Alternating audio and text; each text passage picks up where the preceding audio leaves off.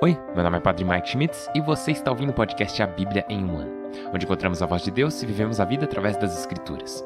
O podcast original, The Bible in a Year, foi produzido pela Ascension e essa é a versão brasileira, traduzida pelo Heitor e dublada pelo Leandro. Usando a linha do tempo da Bíblia Grande Aventura, vamos ler de Gênesis até Apocalipse, descobrindo como se desenrola a história da salvação e como nos encaixamos nessa história hoje. É o dia 170 e vamos ler 3 capítulos hoje. O primeiro de 2 Reis... Que tal? O primeiro de segundo. Segundo Reis, capítulo 1. Segundo Crônicas, capítulo 24. E vamos rezar o Salmo 69 nessa bela manhã. Ou dia, ou noite. Depende de quando você está vendo esse podcast, né? Se você quiser saber... A Bíblia que eu uso todos os dias é a Bíblia da Grande Aventura da Ascension em inglês. Você pode acompanhar usando qualquer Bíblia que você preferir, porém recomendamos a Bíblia do Peregrino. Se você quiser saber quais são seus próximos capítulos ou marcar o quanto você já leu, baixe o nosso plano de leitura de graça no link na descrição do vídeo.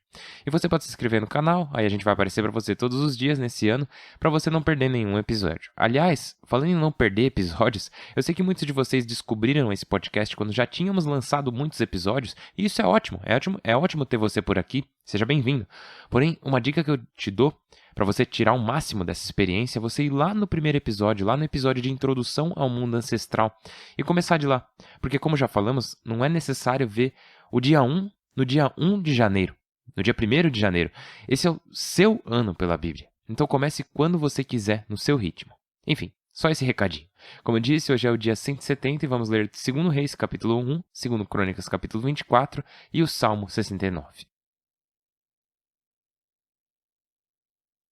O começo do segundo livro dos Reis. Capítulo 1. Ocosias e Elias. Quando Acabe morreu, Moabe se rebelou contra Israel. Em Samaria, Ocosias caiu da sacada, do andar de cima, e feriu-se gravemente. Então enviou mensageiros com esta recomendação: Ide consultar Belzebu, deus de Acaron, para ver se vou sarar dessas feridas. Mas o anjo do Senhor disse ao tesbita Elias: Levanta-te, sai ao encontro dos mensageiros do rei de Samaria e dize-lhes: Por acaso não há Deus em Israel para irdes consultar Belzebu, deus de Acaron?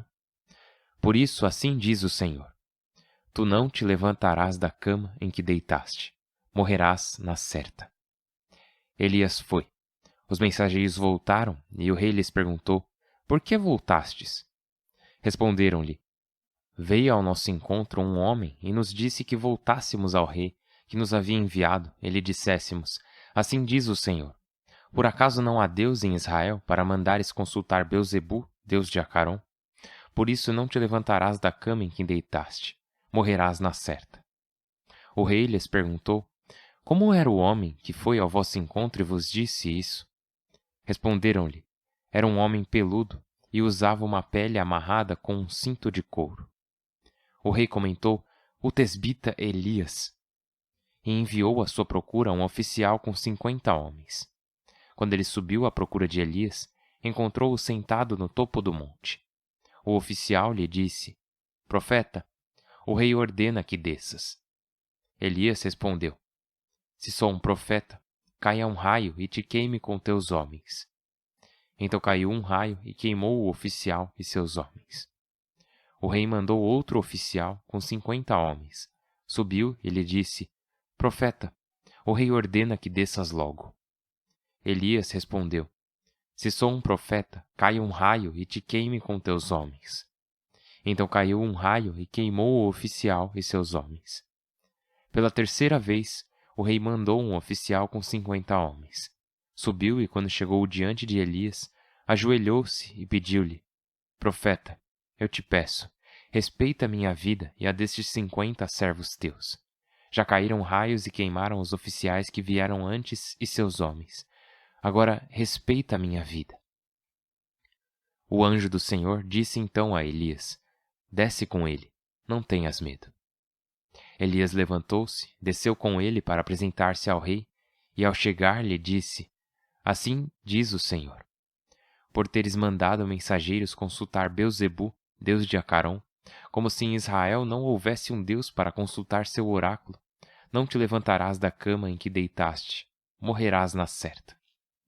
O rei morreu, segundo a profecia de Elias, e seu irmão Jorão reinou em seu lugar no 2º ano do reinado de Jorão de Judá, filho de Josafá, porque Ocosias não tinha filhos.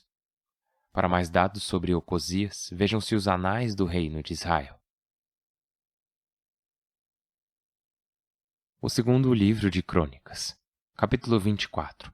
Joás de Judá, de 835 a 796. Joás tinha 7 anos quando subiu ao trono, e reinou 40 anos em Jerusalém.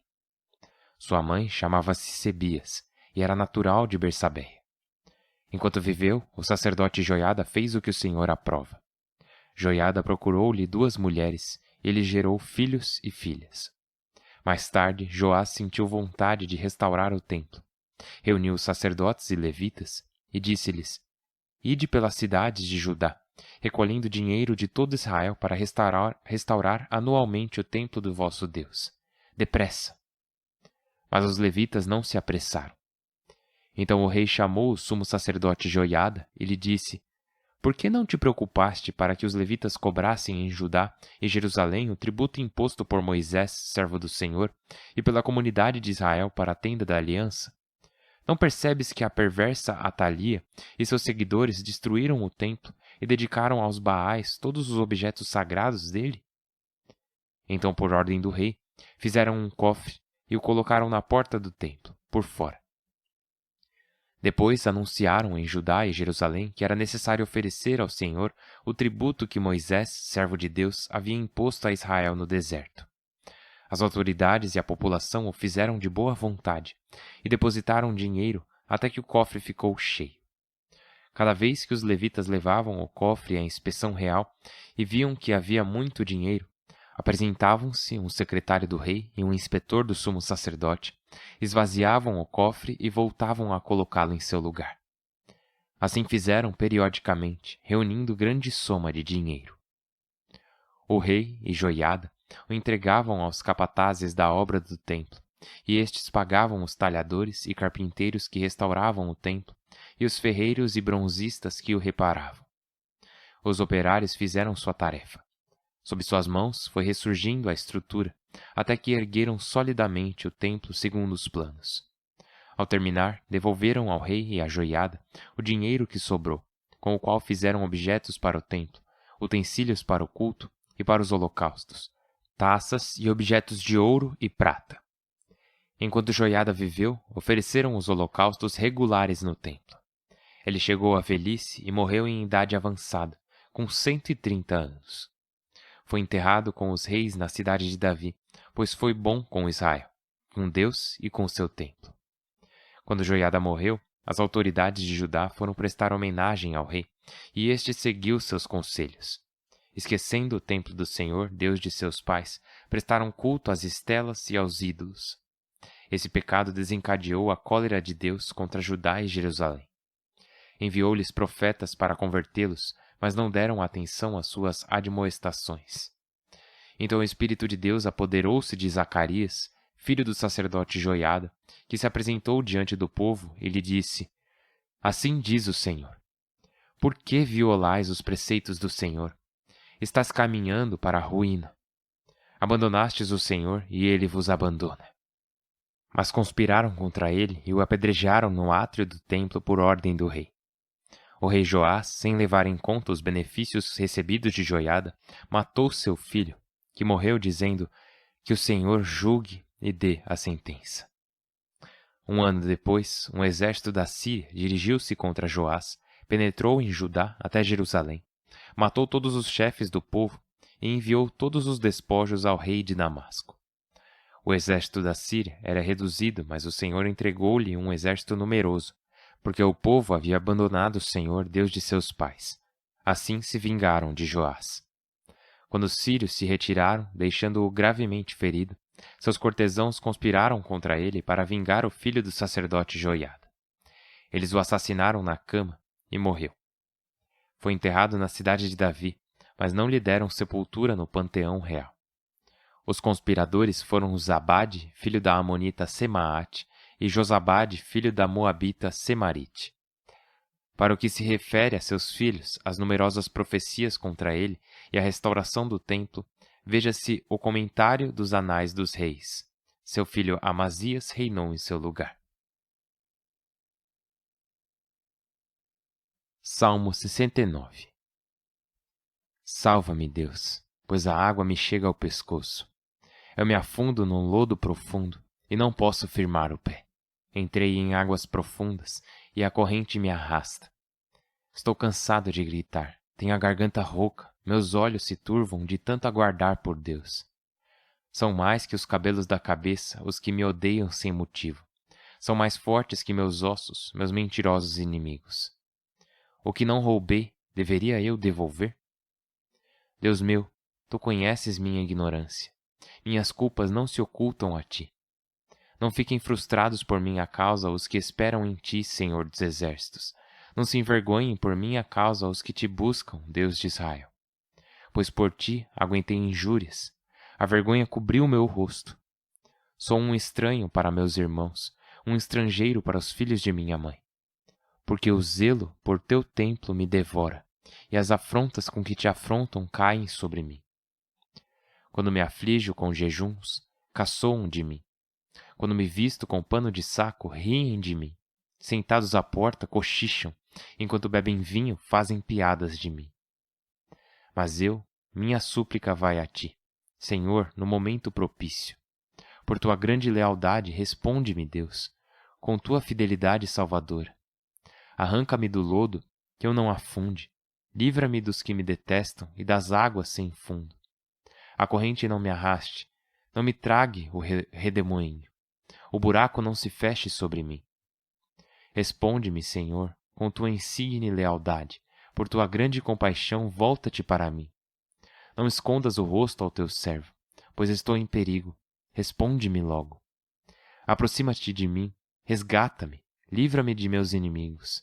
Tu conheces a afronta contra mim, minha vergonha e desonra. À tua vista estão os que me perseguem. A afronta me destroça o coração e desfaleço. Espero compaixão e nada. Consoladores, mas não os encontro. Puseram-me veneno na comida, e em minha sede me deram vinagre. Que sua mesa se torne uma armadilha, e seus banquetes um laço. Que seus olhos se apaguem e não vejam. Faze que suas costas fraquejem. Descarrega sobre eles o teu furor, o incêndio de tua ira os alcance. Que suas terras se tornem um deserto e ninguém habite suas tendas. Porque perseguem aquele que tu feriste e contam as chagas daquele que laceraste. Atribui-lhes delito por delito, que não gozem de teu indulto. Sejam apagados do registro dos vivos, não sejam inscritos com os honrados. Mas a mim, pobre e ferido, tua salvação, Deus, me levantará. Louvarei o nome de Deus com cantos, com ação de graças te engrandecerei. Isso agradará a Deus mais que um touro, que um bezerro com chifres e casco fendido. Olhai-o, humildes, e alegrai-vos. Vós que buscais a Deus, recuperai o ânimo. Pois o Senhor escuta aos pobres e não despreza seus cativos. Louvem-no o céu e a terra, os mares e tudo o que neles se move. Pois Deus salvará Sião e reconstruirá os povoados de Judá. Eles aí habitarão e a possuirão. A estirpe de seus servos a receberá em herança. Os que amam seu nome nela viverão. Pai Celestial, nós te louvamos e te agradecemos. Agradecemos por tua fidelidade, por teu amor fiel e pelo fato de que, Senhor, em tua compaixão, não escondes tua face de nós. E muitas vezes, em meio à angústia, em meio à nossa fragilidade, em meio ao nosso próprio fracasso, tu permaneces presente. Mesmo, de novo, Senhor, mesmo quando não podemos te ver ou sentir, declaramos com fé que ainda estás lá. Mesmo quando estás oculto, estás ativo. Mesmo quando não podemos te ver, ainda estás presente. E assim louvamos teu nome, te glorificamos e dizemos, Senhor, continua presente, continua a nos ajudar, a nos apoiarmos a ti, quando estivermos sem esperanças e quando todos os outros nos decepcionaram. Por Cristo nosso Senhor. Amém. Em nome do Pai, e do Filho e do Espírito Santo. Amém. Então, tem duas coisas que eu quero destacar rapidinho sobre o Salmo 69. Que é essa grande oração de livramento que Davi escreveu, de livramento dos inimigos, né? E ela é tão profunda. Aliás, não sei se você percebeu, mas também tem uma pronunciação de Jesus. Vemos isso no versículo 21, que diz: puseram-me veneno para beber e em minha sede me deram vinagre. Que é o que aconteceu quando Jesus estava na cruz, né? Isso é citado nos evangelhos. Mas também C.S. Lewis escreveu um livro chamado Reflexões sobre os Salmos, e ele é simplesmente incrível. É um dos meus Bom, todos os livros de C.S. Lewis acabam sendo meus favoritos, mas em Reflexões sobre os Salmos, ele fala sobre isso. Ele se pergunta: como podemos interpretar essa parte em que o salmista diz: eu quero ver meus inimigos sofrerem diante de mim? Tipo, ele pede isso em oração, né?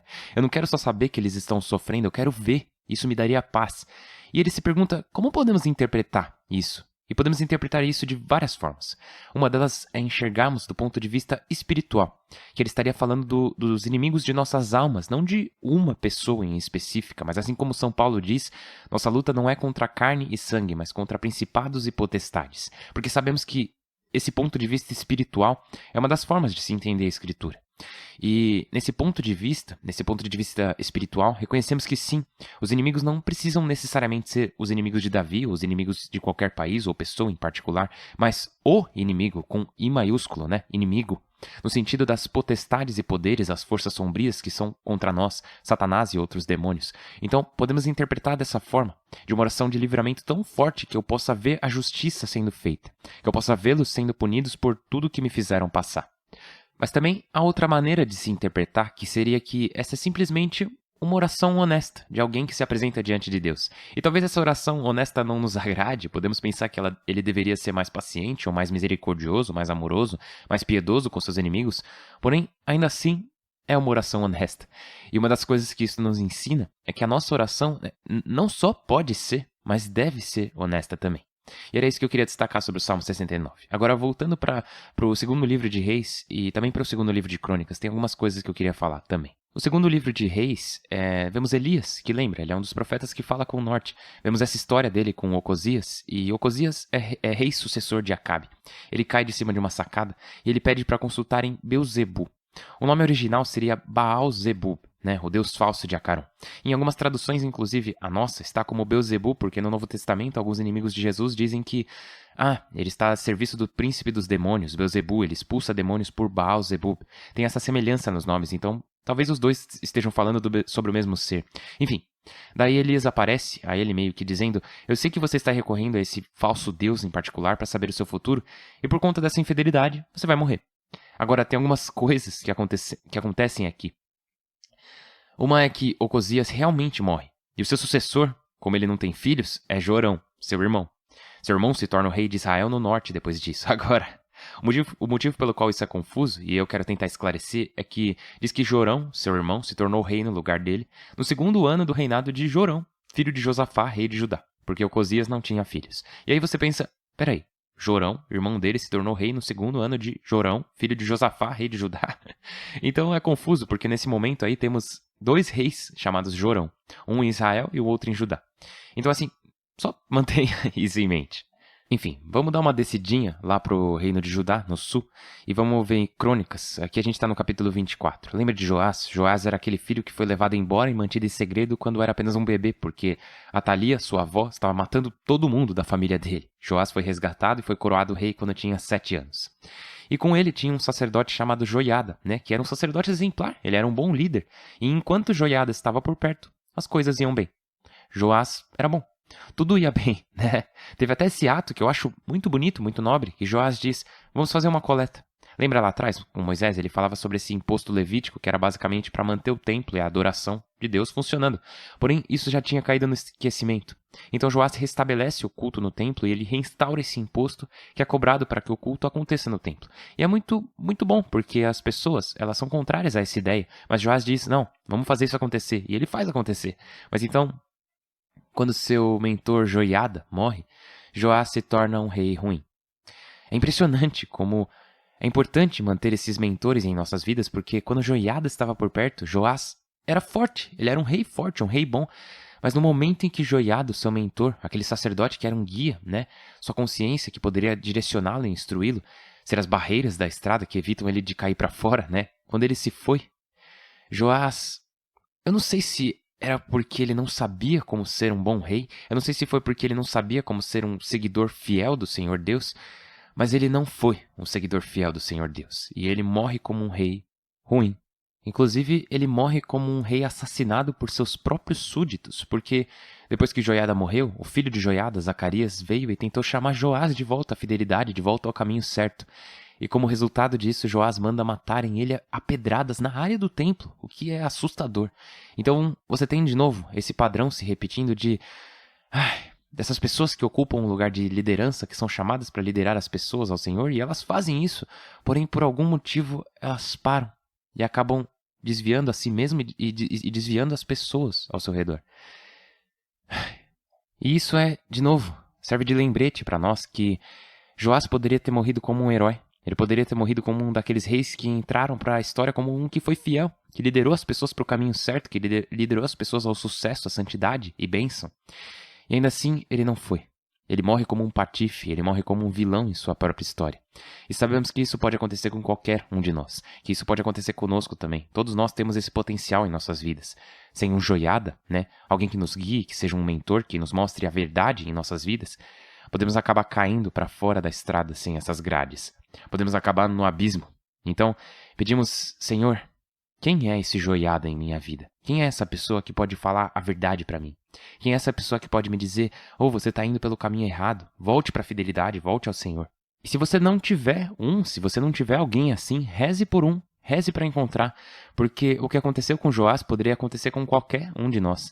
Então precisamos não só de um Joiada em nossa vida, alguém que possa nos chamar de volta quando formos fiéis, nos chamar de volta ao caminho certo, nos chamar de volta à misericórdia de Deus e à verdade, mas também rezem uns pelos outros, porque precisamos da graça de Deus também para ouvir essas pessoas, Podemos ter pessoas falando a verdade em nossas vidas o dia todo, a noite toda, mas ao menos que a graça de Deus esteja lá para converter nossos corações e desembaçar nossa visão, podemos endurecer nosso coração e não enxergar com clareza. Então vamos rezar por isso. Eu estou rezando por você para que as pessoas que falam a verdade em suas vidas falem de uma forma que seja viva, de uma forma que realmente toque seu coração. E por favor, rezem por mim, para que as palavras das pessoas que falam a verdade em minha vida encontrem um coração que esteja pronto para ser convertido. Um coração que esteja pronto para se render ao Senhor mais uma vez.